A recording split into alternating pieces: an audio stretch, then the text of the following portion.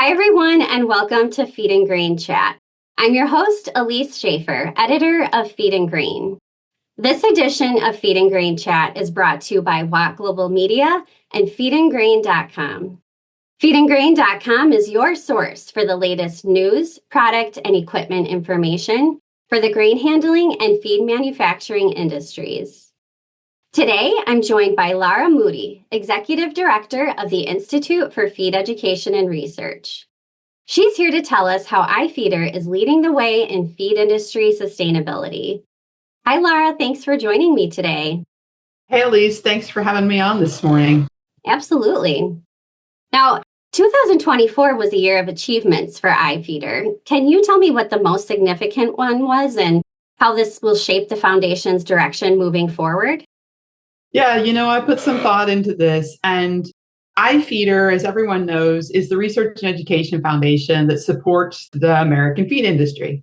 And we in 2021 implemented a set of strategic goals for IFEEDER. And those goals basically included us broadening our reach and broadening our scope of funding and broadening the work that we were doing.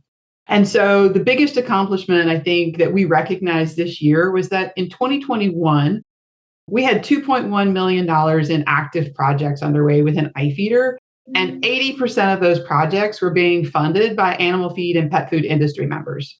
And this year, when we were taking an assessment of where we were in our strategic plan, we realized the growth that we've had within IFEEDER.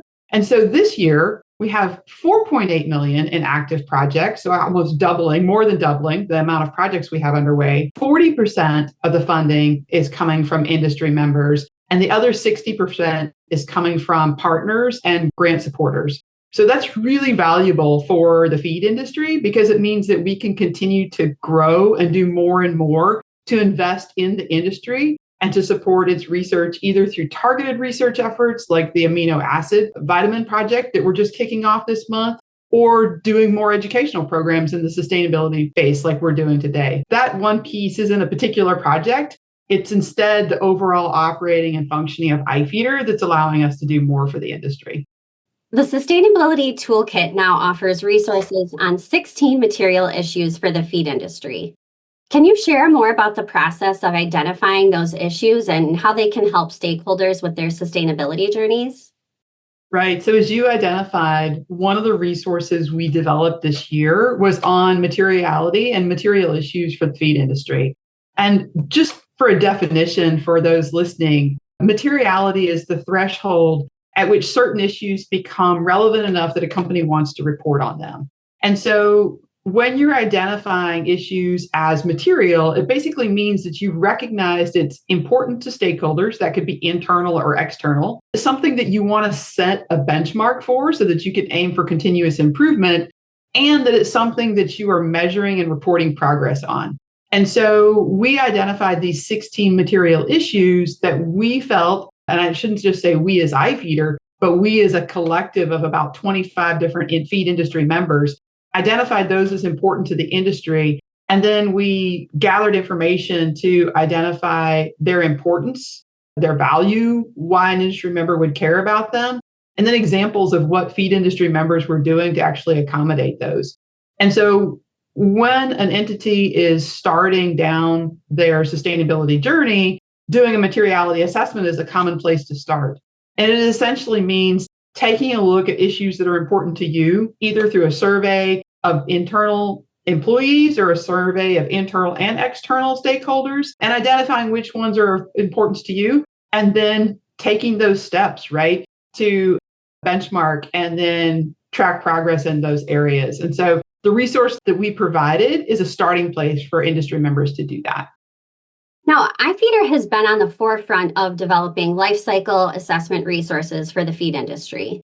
What challenges do companies face when implementing LCA tools, and how do IFEEDER's resources address those challenges? Yeah, so I started seeing in the last year and a half a really significant increase in the number of animal feed and pet food industry members that were asking me questions about life cycle assessment.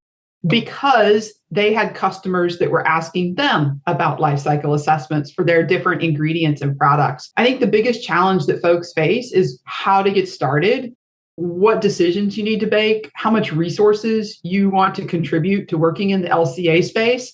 And so when we engaged industry members to survey them on their needs and then began to develop materials they could use, one of the key pieces that we created was a decision tree for our industry members to use so that you could internally have the discussions that would then allow you to externally work with a consultant or other stakeholders on the process. So asking your team members questions about, why are we doing this in the first place? Are we doing it because it's a strategic action that we want to take to better understand our own impacts of our ingredients?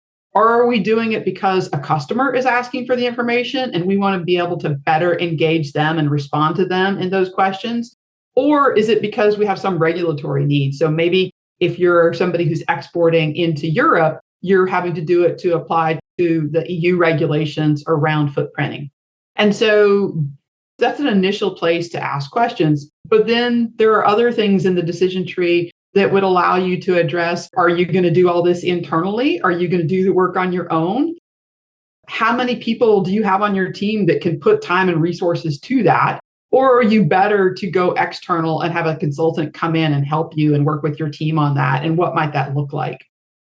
Then the follow-up question that I was getting from industry members is, who do we work with? Like, who should we go to have an LCA done? And so obviously, as IFEEDER, in my work with the American Feed Industry Association as the trade association, we're not in the business of telling folks who they should work with for specific projects. Instead, what we created was a resource or a directory of all the different practitioners in the space, what areas of work they're working on, how to contact them, so that we could give members a resource that they could use to navigate the space.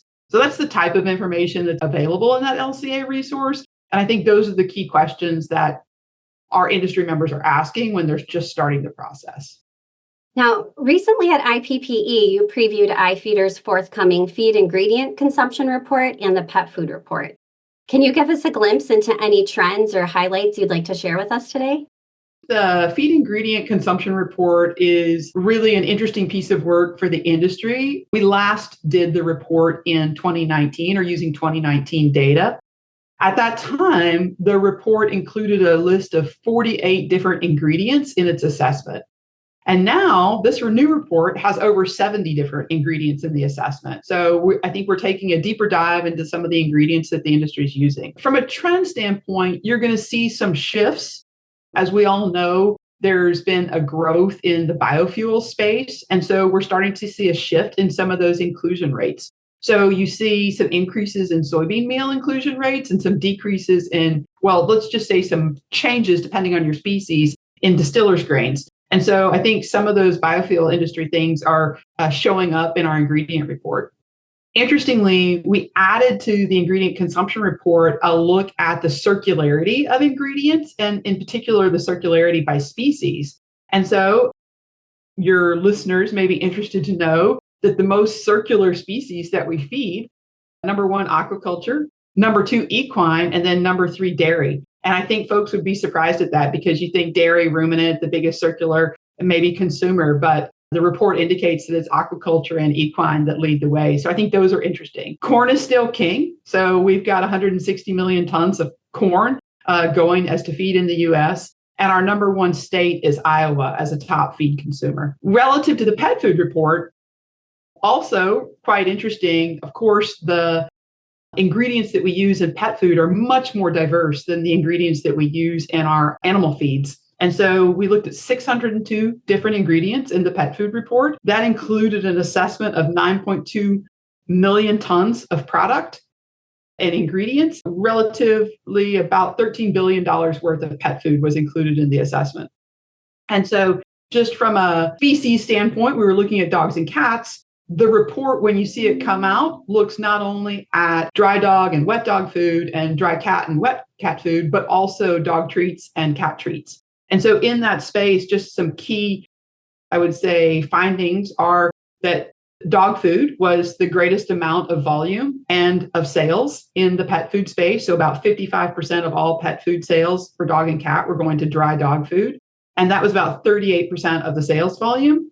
And then dry cat food was about 16% of the total volume and about 12% of the sales volume.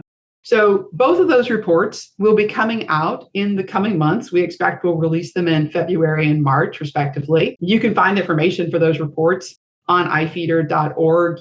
You'll see them, of course, in the news releases. And folks can always follow the IFEEDER newsletter. So if you go to ifeeder.org, you can sign up for our newsletter, and we'll, of course, have information about those two reports as they come out. So we look forward to providing more insights from those reports in the near future. Well, and we look forward to seeing those results. Thank you so much for sharing your insights today with us, Lara. Thanks for having me on, Elise. That's all for today's Feed and Grain Chat. If you'd like to hear more about IFEEDER, be sure to read the January edition with Lara's article about IFEEDER and sustainability. And if you'd like to see more videos like this, subscribe to our YouTube channel, sign up for the Industry Watch daily e-newsletter, or go to feedandgrain.com and search for videos. Thank you again for joining, and we hope to see you next time.